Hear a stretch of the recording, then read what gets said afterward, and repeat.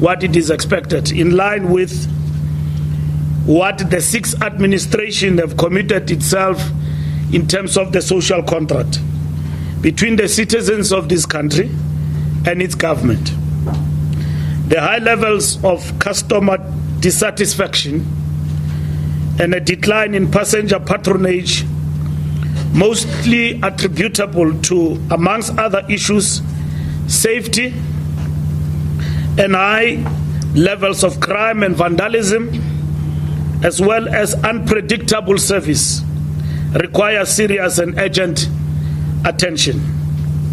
I tasked the War Room under the direction of the Director General, Alec Muyemi, to focus on the following issues: failing infrastructure, signaling, pairway, electrical, resulting in train delays and cancellations, a decline in passenger numbers, which had dropped to an all-time low, the slow rate of capital spending, which delays improvement in service delivery, failure to meet the regulator safety permit conditions and directives, high rate of crime and vandalism within the rail system.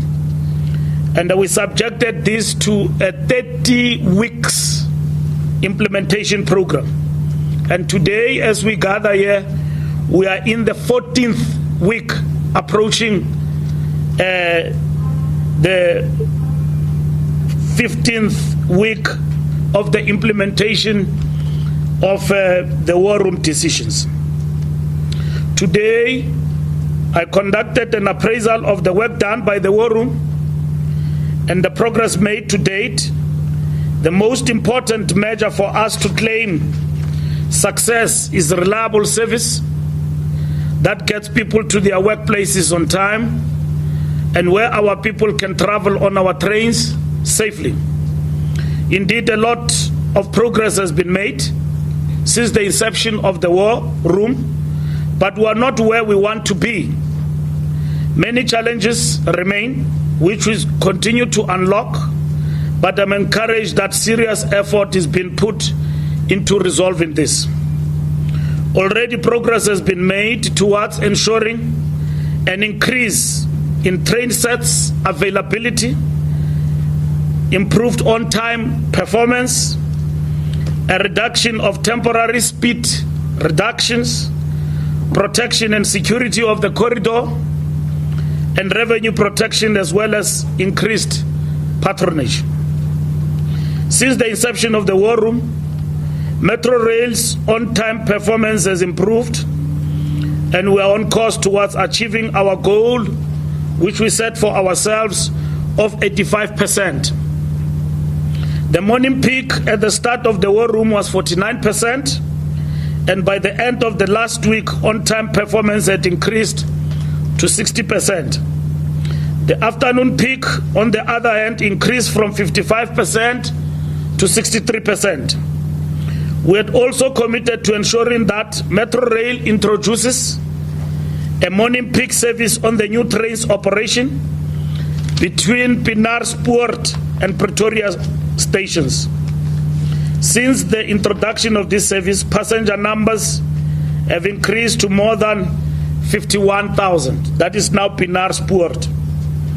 And I'm extending an invitation to you on Friday to this important line in the Pretoria region to showcase some of the work that we've been doing since the inception of the War Room by Friday, but to expose some of you to the new trains that we've got and we're rolling out, because I think the only trains you know are those who came with Shifambo, and which you were briefed that they are above the platform lines and so on. Till now we are producing the real stuff. So on Friday I'm inviting you to showcase that, and you will know that the planned Gibela, launched by Minister Fikile Mbalula and President Ramaphosa, is undertaking this task as it was introduced last year. Paying passengers increased from a mere 39% to more than 90%, whilst on-time performance on this corridor has increased to 96%. I'm encouraged that serious attention is being given to internal inefficiencies, with particular focus on achieving efficient engineering solutions, effective maintenance, and operations management, systems engineering, and reliability improvement. This work is currently being carried out by the PRASA Rail Research Chair at Stellenbosch University. The PRASA Engineering Chair is a multi-engineering discipline research group strategically positioned in the Department of Industrial Engineering to research and solve railway and related engineering problems.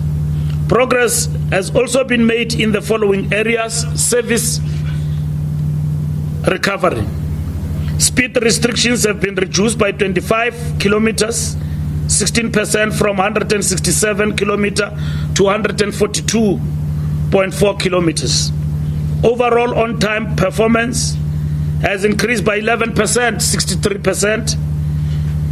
62 service providers have been appointed to aid in the recovery of coaches.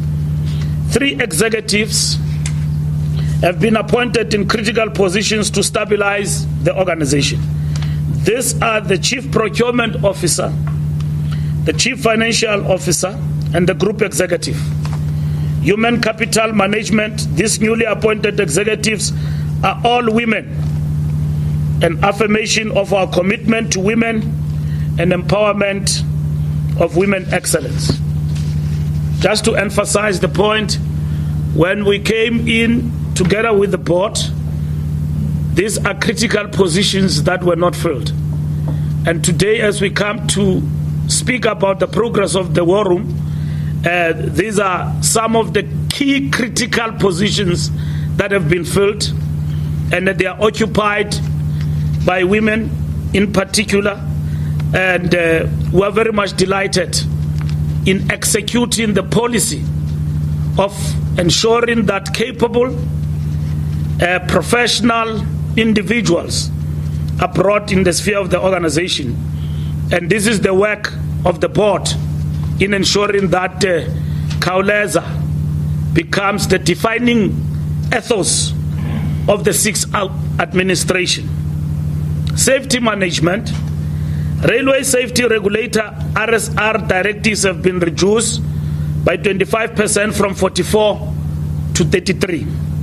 100% compliance with RSR condition on safety critical positions has been achieved. Occurrences have been reduced by 11% from 809 to 723. In compliance with the RSR safety permit conditions, which PRASA needs to obtain, its 3-year safety limit, 56%, 5 out of 9 of these conditions relating to the following have been met: risk assessment register, costed engineering maintenance plan, deployment of new rolling stock in line with RSR technology review progress, delivery of electronic interlocking spares. All safety critical vacancies have been filled for both KwaZulu-Natal and mainline passengers services. The war room is also focused on ensuring that the mainline passenger services runs an efficient and predictable service with a marked improvement in performance and predictable timetable. A new timetable has been developed and aligned with prevailing network condition and availability. The MLPS is made up of Shosholoza Mail and Premier Class A. Security of passengers, workers and assets remains at the core of our interventions and a source of serious concern.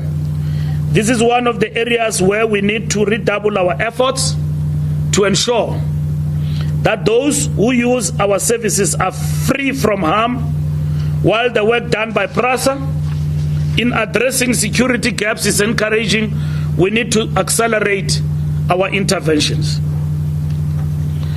You will realize that security services have been affected as a result of this intervention, because we're not looking at temporary intervention. We're looking at holistic, long-lasting intervention to ensure the safety of passengers, but also protecting our own projects that we've got in the system, which have been depleted as a result of theft.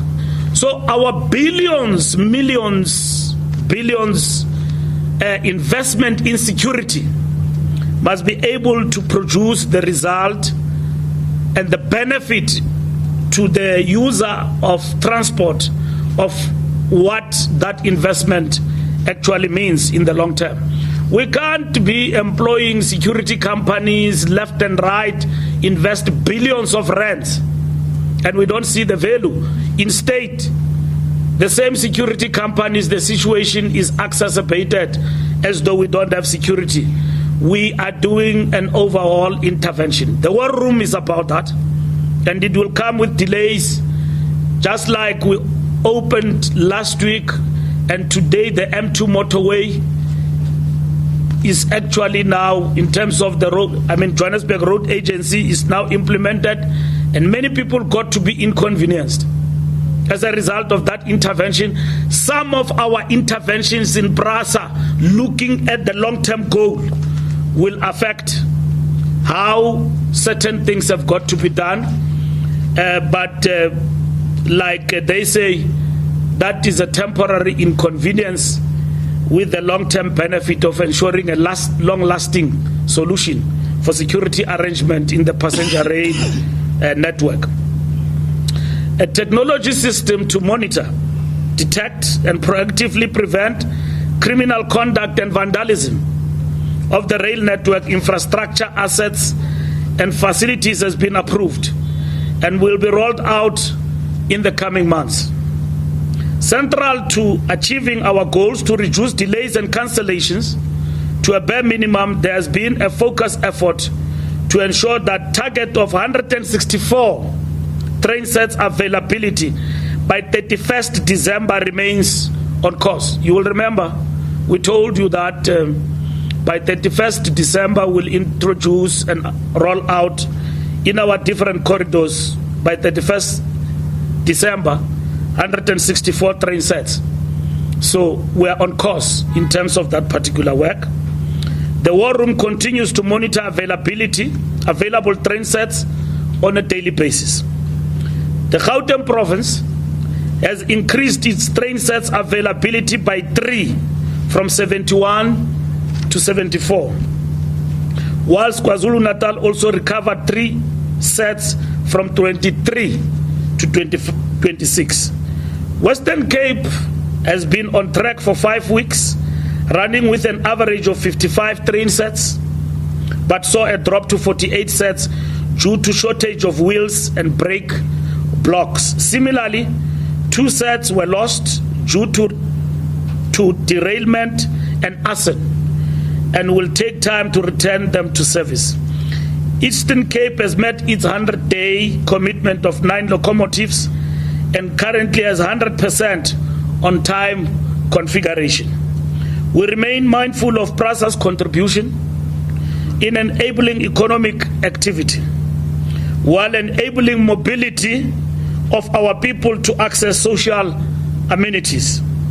If all our trains depart and arrive on time, not only will we ensure that people do not lose jobs as a result of chronic late coming, but will improve the productivity of the companies they work for.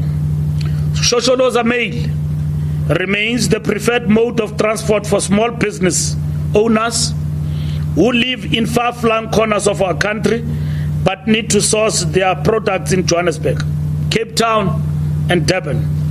Our commitment in improving the lives of our people through an efficient, reliable, and safe passenger rail service has never been greater. Thank you very much. Thank you so much, Minister. Colleagues, if you need some of those numbers and statistics, there's a snapshot of the war room highlights right in front of us. Please feel free to refer to those. I'm going to open up for a round of questions. I must also hasten to add that the DG, the board chair, as well as the group CEO will also be responding to some of those questions. So feel free to ask them, and then they'll also have an opportunity to share their views, especially as they pertain to operational matters. So very quickly, any questions that we have? Go ahead. Yes. Go ahead. Thank you so much. It's Gordon Lucas from ENCA. I'd just like to specify what are the occurrences that you're referring to? And then, secondly, if you're able to comment on this matter, on the matter of the former executive manager, Daniel Ntuku, PRASA recently, or the Transport Department recently said it intends recovering some money for assets. Could you just clarify what exactly is the process and how far along is that?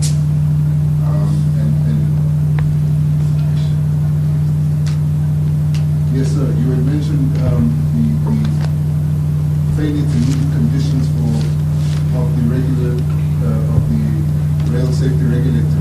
Could you just tell us what some of the conditions are that we're failing to meet and why that is the case? And then lastly, Minister, for you, are you satisfied with the progress that the world has made on the halfway mark? Well, you've asked all the questions. I don't know if there's anything left to focus on. Yes. Thank you. I'm Paul Soto from United Commission Voice. Minister, thank you very much for the progress of the work. What I want you to check is the infrastructure that we have can be able to have the new trains that can come from Victoria to Naledi, because we might not have a train that will cater this side. But if you can have a new train that will leave Pretoria maybe 5 o'clock, because the new train, we don't expect the train to stop along the road. It will go straight to Naledi, and from Naledi going back to Pretoria and the stage in Pinasport. And another question is the issue of the shortage of sets in Gauteng. The areas like Pinasport that you will start with the new sets for the new trains, can the old sets being revamped and being considered to be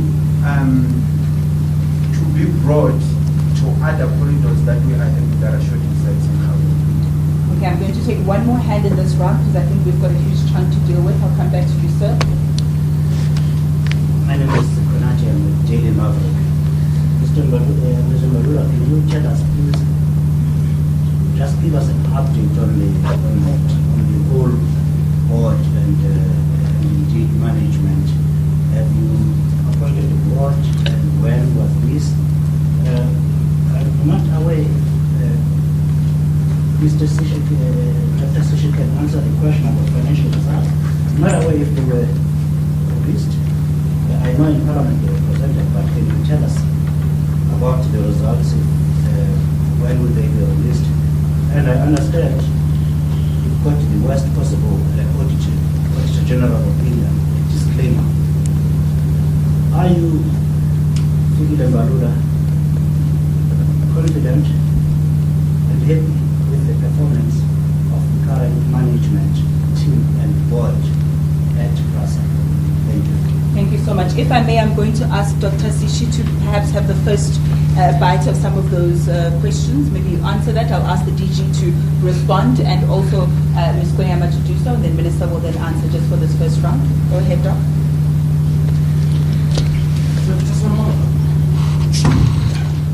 Very important. We migrate all of them. Thank you. Answer, gentlemen, please. Very important. Can I have you, Dr. Sishi? So you know what we're going to do, colleagues? I know logistically you're already starting to complain. After this round, we'll do the same for the second round. So we'll just move them. We are complaining. Move. Doc, over to you. Thank you very much. A very warm greetings to all the ladies and gentlemen of the media. I will start with the response to questions raised by the NCA around the case of Dr. Mtimkulu. I think that I can report that indeed PRASA has instructed its lawyers to pursue the matter of Dr. Mtimkulu to ensure that that which is owed to the business is recovered. Initially, we estimated this to be around 5.4 million, but then there are other investigations that are conducted currently relating to possible irregular practices at the time that he was at the helm of the portfolio of head of engineering in the business. And so that matter is top in the agenda of PRASA right now. The United Commuters Voice have raised the issues of shortages of sets in Gauteng.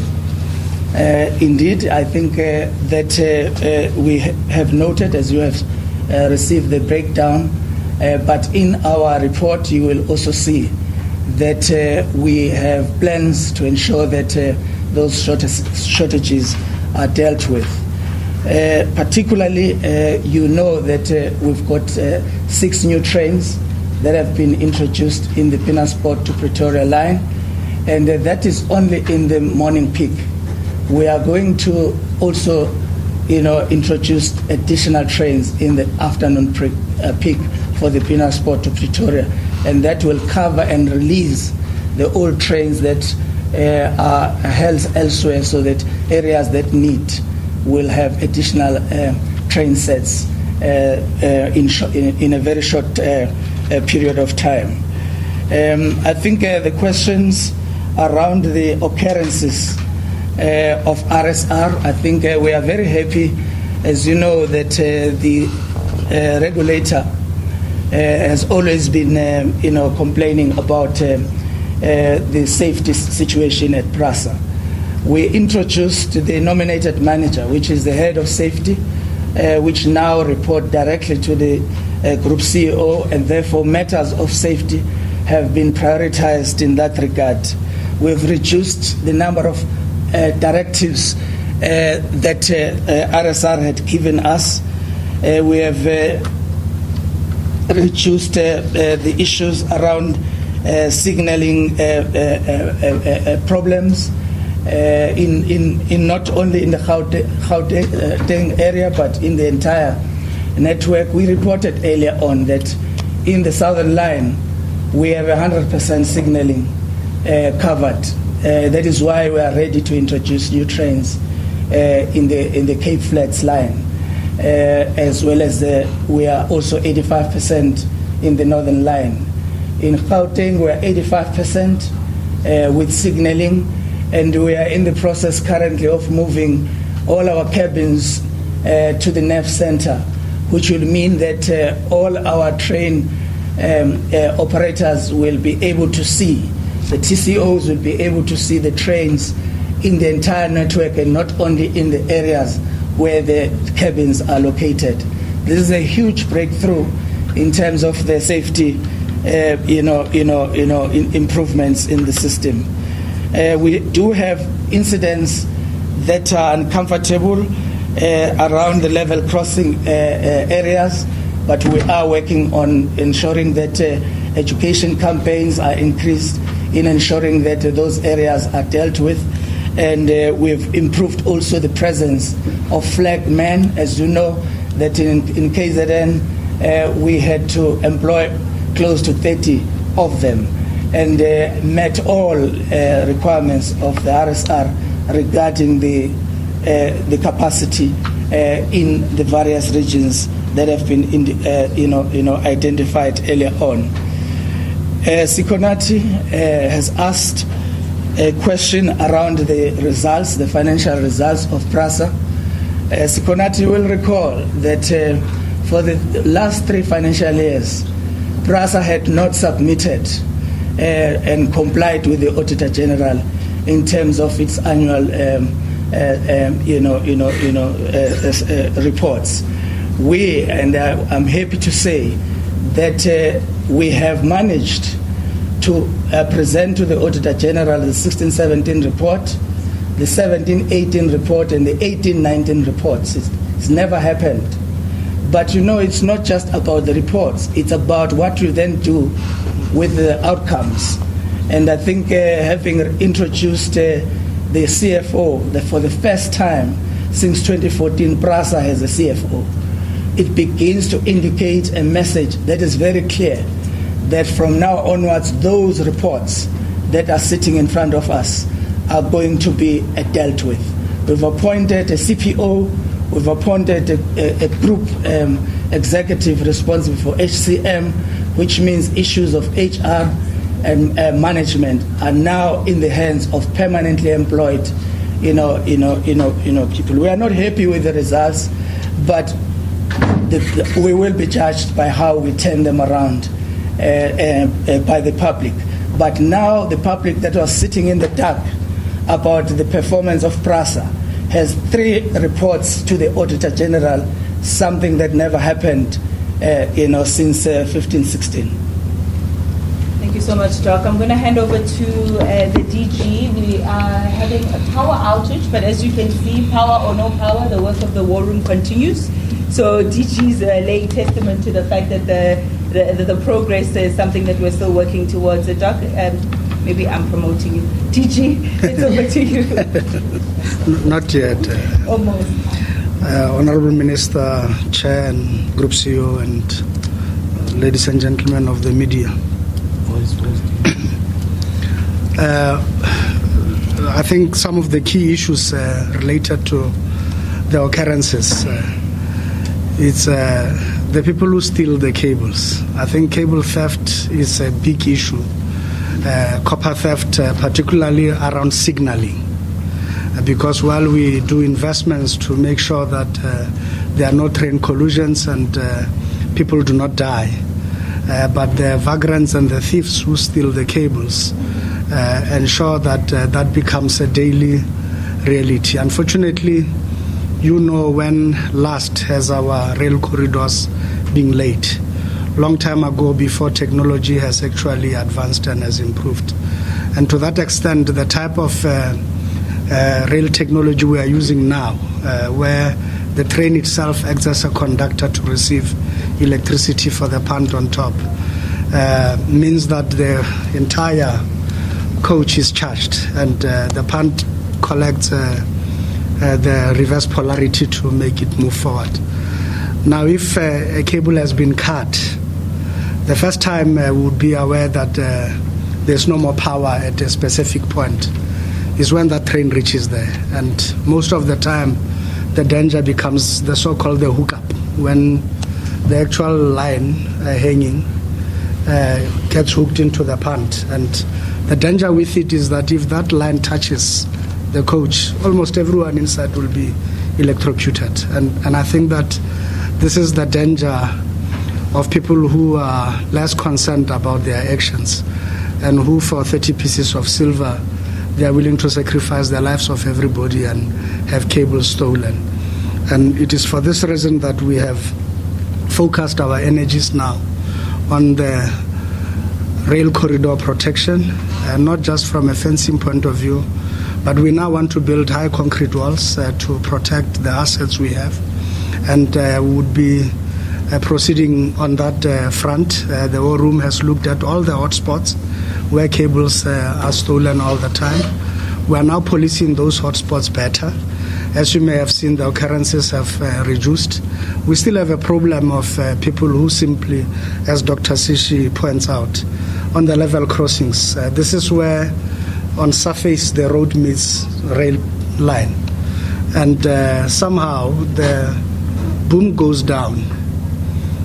But some people tend to think that, no, the train is too slow and their cars are too fast. And that despite the fact that the boom is down, they can actually go sideways and cross quickly before the train comes. And that's where a lot of accidents occur. But of importance is that since the inception of the War Room, we haven't had a major accident where people died. And I think this gives testimony to the interim measures that we have done to review the manual train authorizations, because these accidents occur when we override the system because the signaling has failed, because copper cables have been stolen.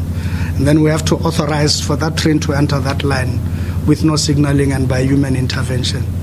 And we have had to put measures in place to make sure that we minimize on human error, because this is a key issue, that when you do manual authorizations and you have no signal, the driver does not see that robot that tells him another train is coming. And this is where it had become key for us in reducing accidents, and we think that we have this far succeeded to do that. This problem will be attended to once and for all once the resignaling process has happened, and once we have protected all our rail corridors with adequate security measures.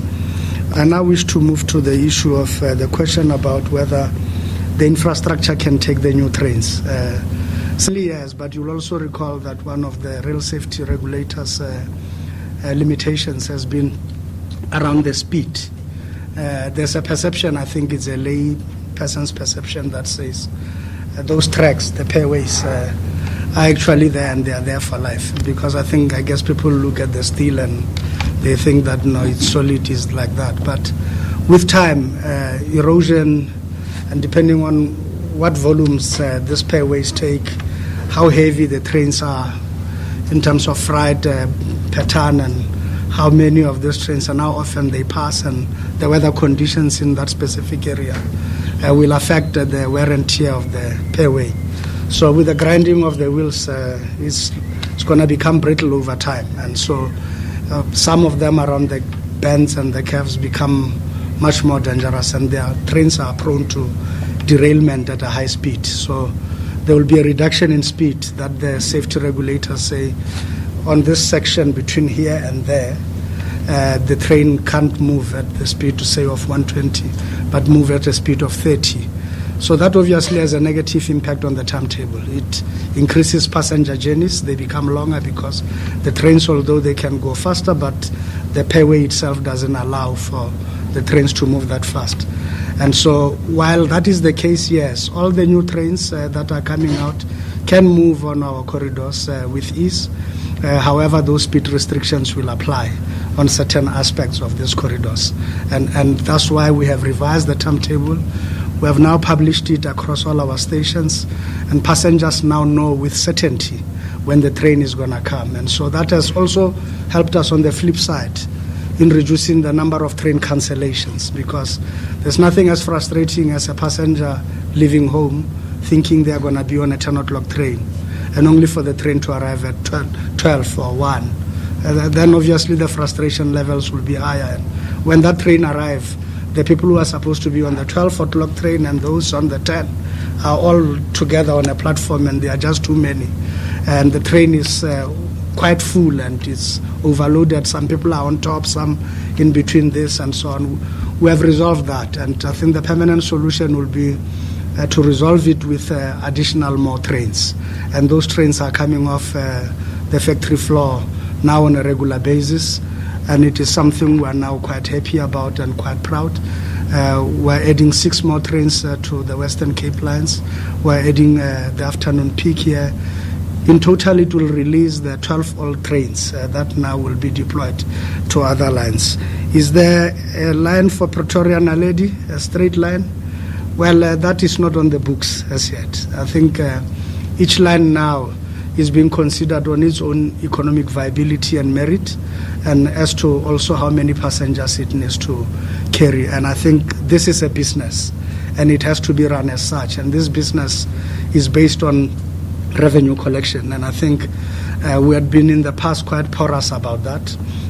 Majority of the people have not been paying tickets, but with the Pienaarsport Pretoria line, we have now proven that it is possible to run a service which is worthwhile, which is modern class, and which is quite safe. It's reliable and of importance that people can pay for it, and we can actually increase our revenue collection in that.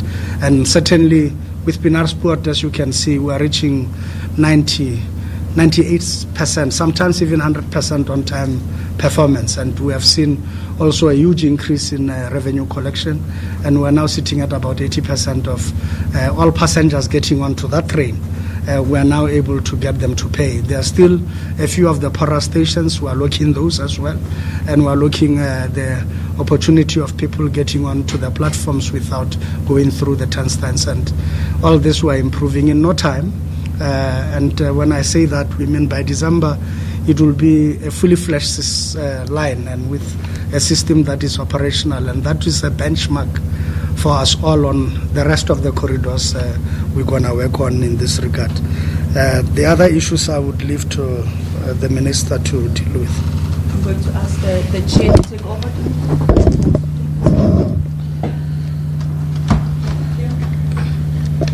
Thank you. Most of the questions have been answered. I'd just like to re-emphasize on two questions that were raised, one by ENCA and one by Daily Maverick. The ENCA question related to Daniel Mtimkulu, and CEO has already said that our legal people are pursuing that award that was made in the court. But we have often been asked what are the chances of recovering that. And we'd like to assure the public that when Daniel Mtimkulu left PRASA, his pension was frozen, because at that time already the issue of his misconduct and criminality had already come up. And we have verified that that is still in place, and that will be the first point of call for recovering the money for PRASA.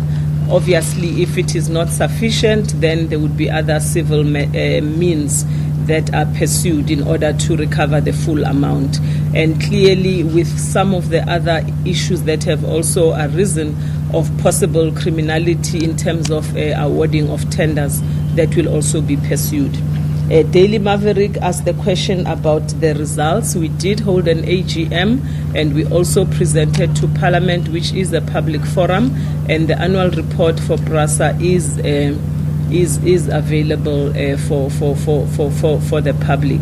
And I will reiterate Dr. Sishi's comments that the board is not happy about the financial result, but with the appointment of the new CFO and other executives, the audit and risk is already working on clearing some of those findings so that there is a better result going forward. Thank you. First and foremost, the result could not be good, because we all know what happened here. And the reason, among others, why we talk about the war room is precisely because there has never been stability at PRASA. We have had a board that was there, dissolved, and then we had the interim board. And then from there, the management level, PRASA was completely depleted. And that's why some of the reports were not submitted, and the AG's comments in terms of matters of emphasis are damning, precisely because there was no management here in this place. So we are here to basically sort that out. The war room is one mechanism that deals with holistically some of the elements of the turnaround strategy, things that need to be done that could not be done. And the board and the management are in sync in relation to the implementation of the turnaround strategy. And that is why we've got appointment of the CFO, Chief Procurement, key strategic positions occupied. And it's going to be like that. We're going to appoint, the board will appoint soon the CEO permanent going forward. Then that will seal the pack of management in senior positions at PRASA. And that will be, after a long time that this has happened. When we met here last time, There was no CFO, there was no chief procurement, and that now has actually been done and implemented. So the fact that the results could be tabled for the first time in terms of audit and the report in Parliament with all the challenges, it shows that we mean business about where we are heading to. And I think the Daniel Mtimkulu is the biggest scandal of our time. And that must not be treated lightly by both the management and the board. Because that must send an example that we are not a banana republic. How dare somebody claim qualifications is not having, get to be employed, surpass all systems, and then get to be employed. And claims are made that that person is qualified and is not qualified at all. That is taking the people of South Africa for granted, let alone their intelligence and everybody around us. Now, I'm happy about what the board is doing to undertake what it has done, because South Africans expect us to act decisively when such occurrences happen within our system. Doesn't matter. Whoever does that here in PRASA and elsewhere in South Africa must know that there will be consequences. And the law will bite in terms of dealing with that. What makes people not to have faith in our leadership is precisely because such things do happen under our watch and there's no action taken. So we need to be decisive in dealing with that particular matter, and we need to keep reporting about the progress we are making in recovering the money that belongs to South Africa and to this particular institution, in particular PRASA, to ensure that we move forward. Slogans, rhetoric is not going to help us. Management, decisive, good board decisions are going to make us to regain integrity and credibility among our people in this particular instance. ENCA, am I satisfied? The answer will be yes, I'm satisfied, but the result should be felt by the last person on the ground. Who's the person you were telling us, Chair? Manoj. In KZN. Ngumama.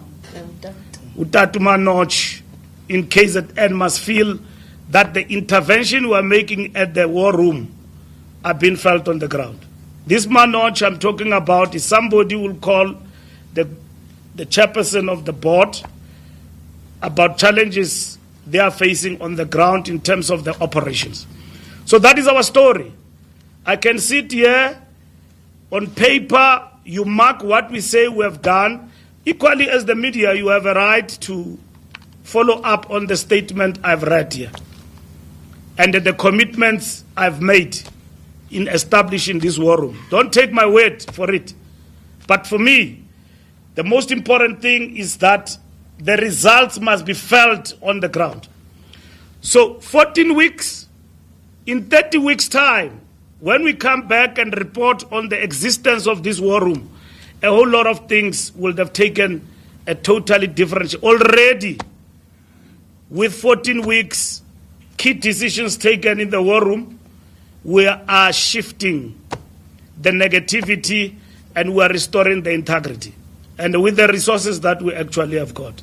We are working within the prescripts of the law in terms of the board, the Treasury government, and also the management of PRASA. So, am I satisfied? I'm over the moon. I will be elated by the time I can go back to the main passenger line in Cape Town and go back to where we got stuck with the president back and the train is running on time. Pienaarsport is a signal, which on Friday will take you through that, what we are doing. That is a signal of good things to come. We don't mind. We don't play games here. Things must be done. and the war room must report the good result. And these South Africans meet here even on daily basis, Mondays, and look at the progress. So there is no week that passes by. There is no day that passes by without ensuring that we meet our deadlines, but no pressure, to ensure that we do quality work. We don't do work to please the bosses. We do work to ensure that we change the face of this place in terms of negativity, fraudulent activities, and bring an important, positive result. Daily Maverick, the board will be appointed once approved by Cabinet. I'm busy with that process now to place before Cabinet the new board of PRASA, and that will be finalized probably before end of the year in terms of the Cabinet cycle, and I intend to announce that board once Cabinet is approved. And then the interim board, in terms of its task, is busy with the employment of people at the management level, as you can see. I'm happy about the decisions that they've taken in terms of ensuring that we've got women in key strategic positions, but not just women, capable women in those particular positions. And I addressed everybody here. I congratulated them, and I said that this is the way to go. You are implementing exactly what informs the policy direction of this government going forward. So those will come. And we expect that the depleted management and the issues that were faced should actually also be addressed. Am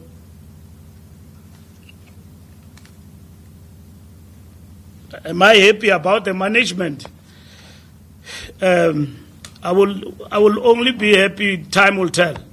But there are checks and balances in place to ensure that we're all happy as South Africa and so on. We're happy about the work that PRASA must do. PRASA is not going to exist only for the next 2 weeks and so on. It must exist for the next generation, and to ensure that the purpose for what it was established is realizable. And as much as we've got weaknesses and there are overarching things in terms of negativity, but this vehicle has set the pace, and there are important things that we need to keep going in terms of the work of this particular entity of government. And we intend to ensure that things do turn around.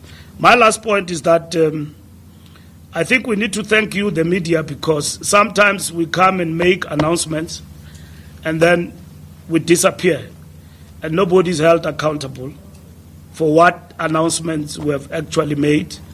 We have a war room there and so on. What does the war room do? Nobody knows. And I think to keep track of what we do is important. We don't feel annoyed every time you ask questions, but we need to give you feedback that we are on track. We've had a number of challenges in terms of security, like I said in my presentation, that those challenges have been addressed, but they have been addressed for the long term. We don't want shortcuts where you've got a security company here and there, you spend millions to billions on security, but cable theft is continuing, and we're unable to turn around the situation. But we've got security, we're employing, we're spending money. Now, what government wants is that we allocate money to PRASA, but there must be value for money, for the work that we allocate to PRASA. That's what we want. And I have expressed my happiness with the team this morning after they gave me a report, including in the regions, for the work that they do. And I've expressed my happiness in terms of us being on track to meet our deadlines, because you can have a war room forever, no deadlines. and then it will be announced there was a war room at PRASA. What did that war room do?